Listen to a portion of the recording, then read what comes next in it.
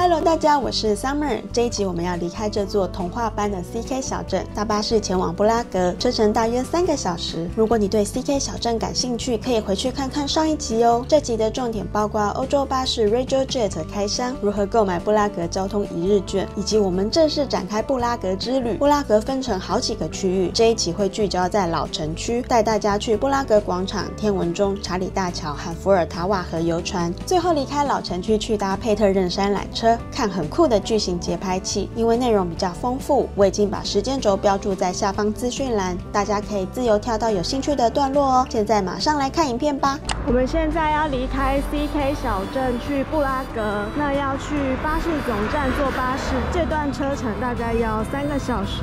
刚才要抬上去哦。你可以帮忙吗？好，我帮你排。这边要抬上去，它没有电梯哦。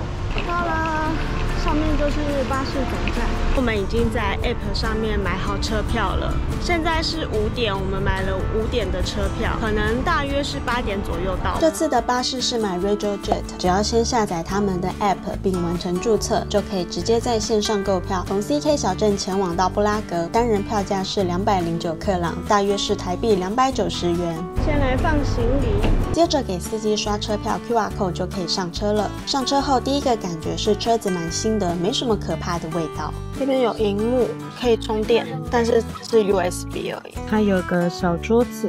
我158公分，这个脚的宽度对我还可以。车子没有什么臭味，没有痕迹，还蛮舒适。CK 小镇的另外一个巴士站，这边也很多人上车。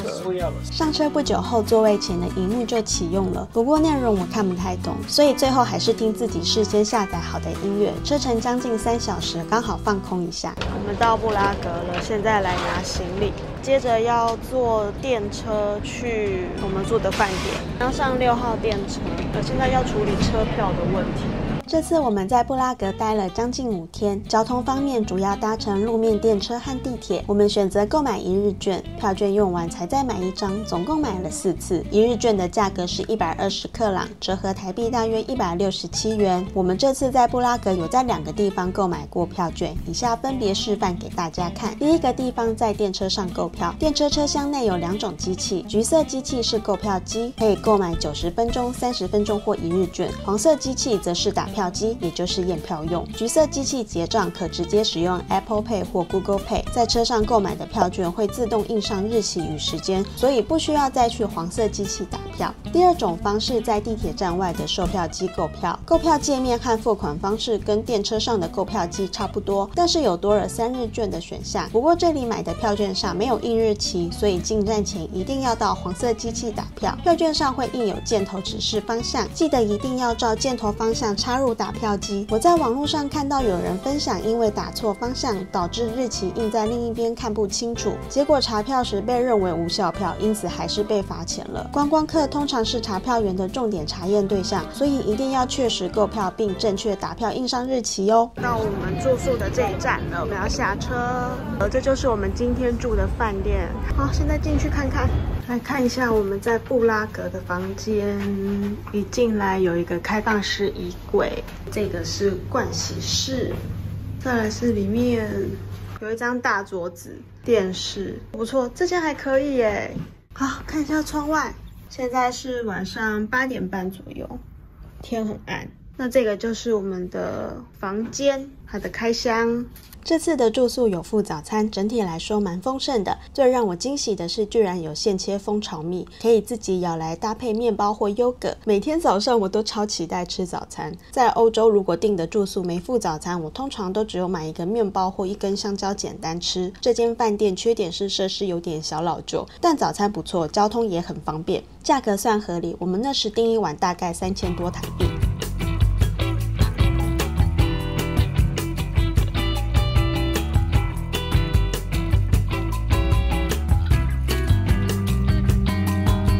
是我在来布拉格玩的正式的第一天，现在在市区随便走走晃晃，要慢慢走去老城区。在我后面有一个很有名的卡夫卡雕像，卡夫卡是捷克很有名的国宝级作家，像村上春树，他有写过一本书叫做《海边的卡夫卡》，就是以他为灵感写的一本书哦。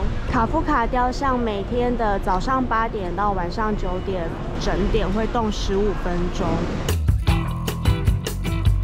我后面这个是哈维尔市集，很多人会来这边买纪念品。它是很多棚子集合而成的小市集，有卖很多小东西，超级多人，大家都在挑纪念品。最红的应该是天文钟系列。我们决定买这个天文钟磁铁，它上面的使图跟下面2个盘面都会动，动动动，120克朗一个。大麻饼干、大麻棒棒糖，不知道里面是不是真的有大麻。这边2旁的小摊贩也都是卖纪念品，纪念品来这边买就对了。又来吃冰淇淋了，太热了。今天吃的是巧克力口味，它的巧克力好浓郁哦。我们刚刚买词典付的是欧元，在这边欧元跟克朗都可以用，好像欧元的汇率会比较差。但如果你克朗换太多，最后用不完，所以也蛮多人会选择都用欧元。现在到了布拉格老城区最有名的天文钟，在我后面，广场人非常的多，要小心扒手。我都会把包包挂在最前面。这个天文钟啊，它不是只看时间而已哦，它还可以看日期、太阳、月亮、星座的位置，所以它其实是一个星盘。最上面那一个是耶稣12使徒报时装置，中间是天文表盘，下面是月历。这个天文钟上的雕像也都是有寓意的，例如举灵象征时间有限，死亡来临；照镜子是代表人类对外貌与自我的过度关注。网络上关于布拉格天文钟的解说非常多，有兴趣的大家可以去找来看哟。每天早上9点到晚上11点会有一次大约30秒的整点报时，12门徒会依序从小窗现身绕行，象征耶稣的12位使徒传递信仰与时间的流转。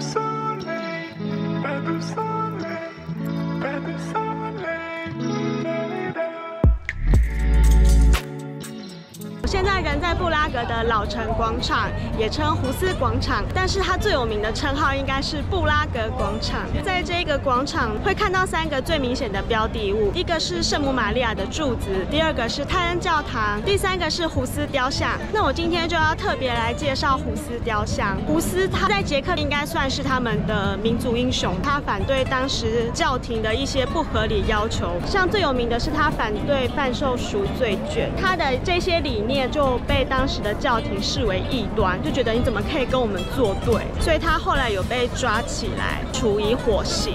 他被处以火刑是7月6号这一天，这一天后来还成为公共假期。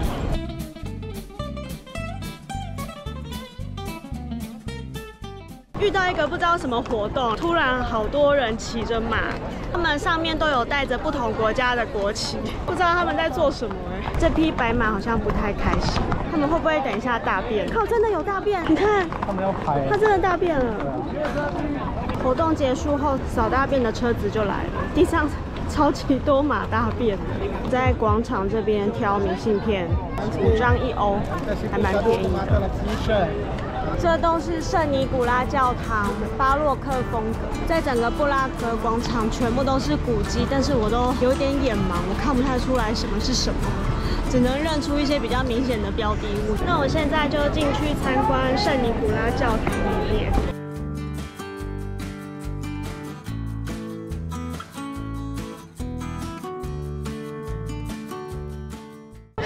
参参观市政厅，它就在天文钟的旁边。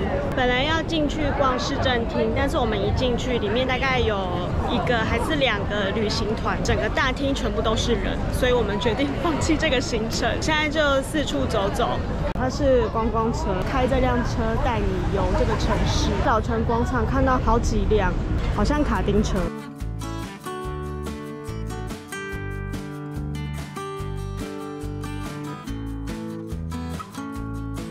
他们也有烤乳猪哎，就感觉部位不太一样。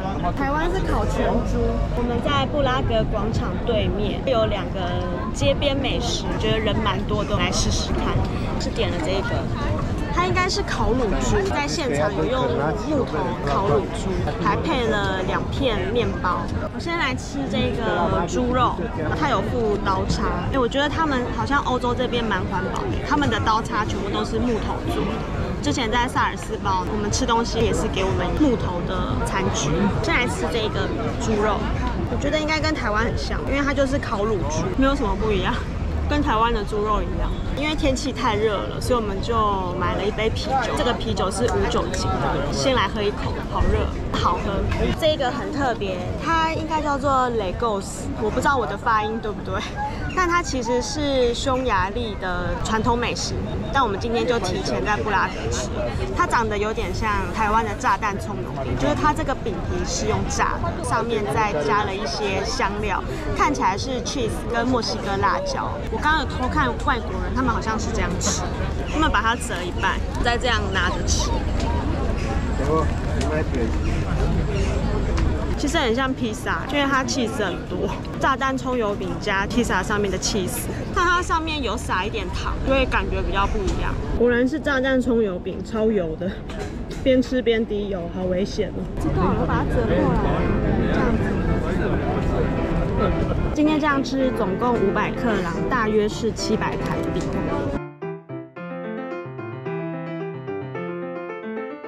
我现在到了查理大桥，现在在老城区，过了这座桥之后就会到城堡区。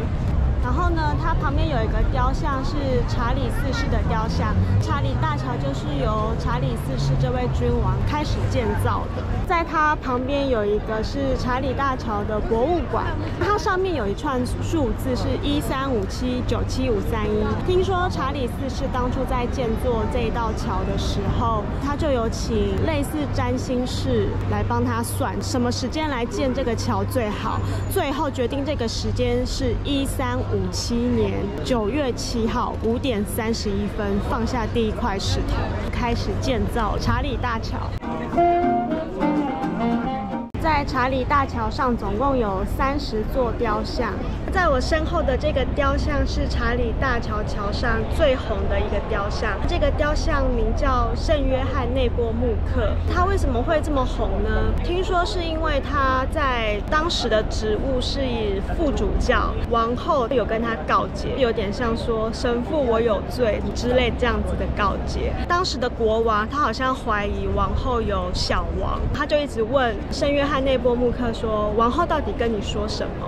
圣约翰内波穆克他就不愿意讲，他觉得我不应该把别人的秘密说出来。国王就很生气，所以国王把圣约翰内波穆克的舌头割掉，而且把他从桥上丢下去黑色铁窗的那个位置，听说就是当初圣约翰内波穆克被丢下桥的位置。他被丢下桥之后，那个地方就有升上来5颗星星，大家就觉得这个是神迹，就做了一个雕像来纪念他。听说只要在桥上摸那个雕像许愿的话就会成真。第一个是在黑色铁窗那个地方摸他的十字架，还有5颗星星。雕像下面有2幅画，左边那一幅画就是王后忏悔图，王后她在跟内波穆克告诫，旁边还有一只狗，一个骑士。听说好像要摸，应该是要摸圣约翰内波穆克还有王后，但是不知道为什么大家都去摸狗，我也不确定。再来是右边的，它是一幅当时圣约翰内波穆克他被丢下桥的一幅情景图，有看到那个桥上有一个小人，那个就是圣约翰内波穆克，所以就是要摸他。这个就是在查理大桥上最红的一个雕像，大家都会来摸它，那边人超级多的。在福尔塔瓦河上有好多艘观光船，查理大桥两边啊有很多这样子的游船公司。最后要选择坐这个50分钟的，它是一个人18欧。我们是走到查理大桥最底端，就直接随便选了一间游船。我们也不知道它好不好，反正就直接上来了。在船上会有导览，但是是英文，没有附饮料，所以要再自己点。这艘船的游船时间大概是50分钟，开到25分钟的时候会折返。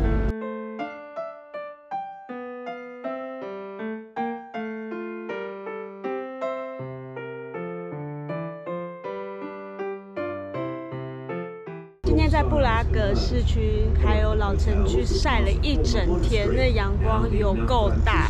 现在大概是4点50，太阳没有那么大，来搭船好舒服哦，很推荐可以来搭船。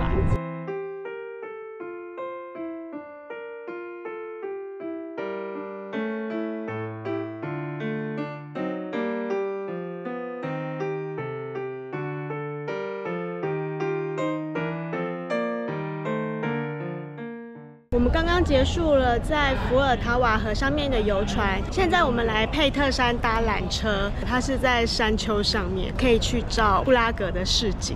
看有这么多人，大家都在排队上缆车。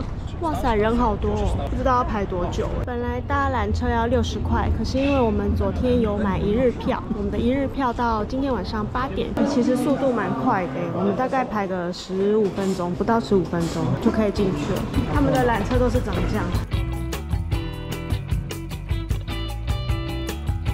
干闷的，如果不坐缆车，也可以选择用走的。上来之后，这边有一个很像小花园的地方，我们现在要走去看看哪里可以看布拉格城市的全景，还不错。因为它现在是有点在小山丘上，所以不会像刚刚我们在市区的时候，太阳直接照下来很热，这边有一点点凉爽。这个花园里面种好多花，我怎么有一种在士林官邸的感觉？士林官邸不是有一区是玫瑰区吗？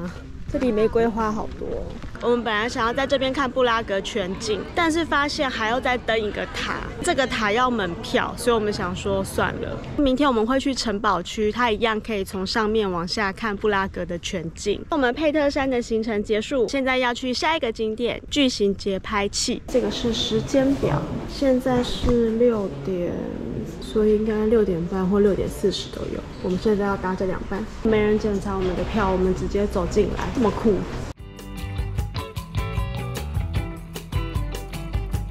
停2、3站，所以你可以下坡走一走，累了再来坐缆车，这样子算是可以看到布拉格的全景嘛。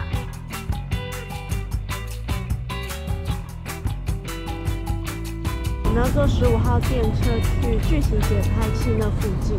我们刚刚在这边下车之后，要再爬这个上去。哇塞，这边要一直爬楼梯耶，要爬7分钟，好长的楼梯哦，好累哦。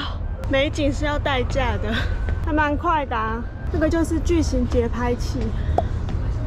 这个巨型节拍器之前是史达林的雕像，可是因为后来共产政权瓦解，所以就把史达林雕像拆掉，然后就换成这个巨型节拍器。在巨型节拍器这边最有名的就是一个画面里面可以同时拍到3座桥，1、2、3座桥跟福尔塔瓦合在一起。那这3座桥就包含最有名的查理大桥，所以这边是一个蛮热门的打卡点。